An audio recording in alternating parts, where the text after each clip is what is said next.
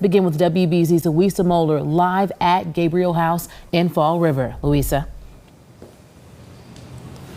Well, Courtney, Lisa, firefighters arrived here and they found flames just shooting out of those front doors there that are now being boarded up. You can still see some of the charred pieces.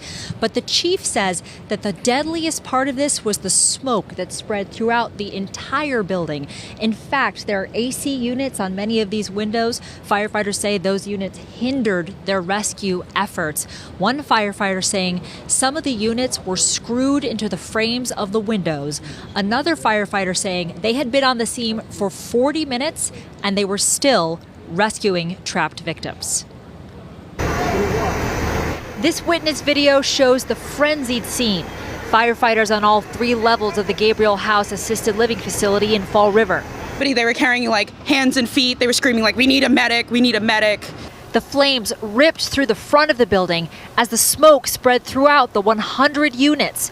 One firefighter described the horror he saw inside. They raised a ladder. I went in. I didn't have an air tank or anything. First room empty. Second door I kicked in. Body. Next room empty. Next room body. I just kept yelling. Guys kept coming down. We kept dragging them out. 9 people were killed and more than 30 transported to the hospital, including one in critical condition. There were multiple victims hanging out the windows, screaming and begging for help and to be rescued. By daylight, debris lay everywhere, air conditioning units on the ground, smashed out windows. As crews began to put boards up, Governor Maura Healey toured the devastation, recognizing the terror that residents felt and the challenges that faced first responders. Many were immobile, many had oxygen tanks. They were severely compromised individuals in this assisted living facility. The governor and the fire chief praised the heroism of firefighters, but some of them say they did all they could without the support they needed, arguing the fire department is understaffed. Some responded from off duty without protective gear or breathing apparatus.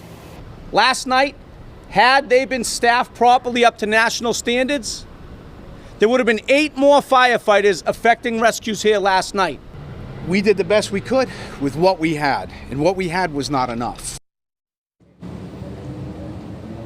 Now, at this early point, the chief is giving no indication as to how this fire started.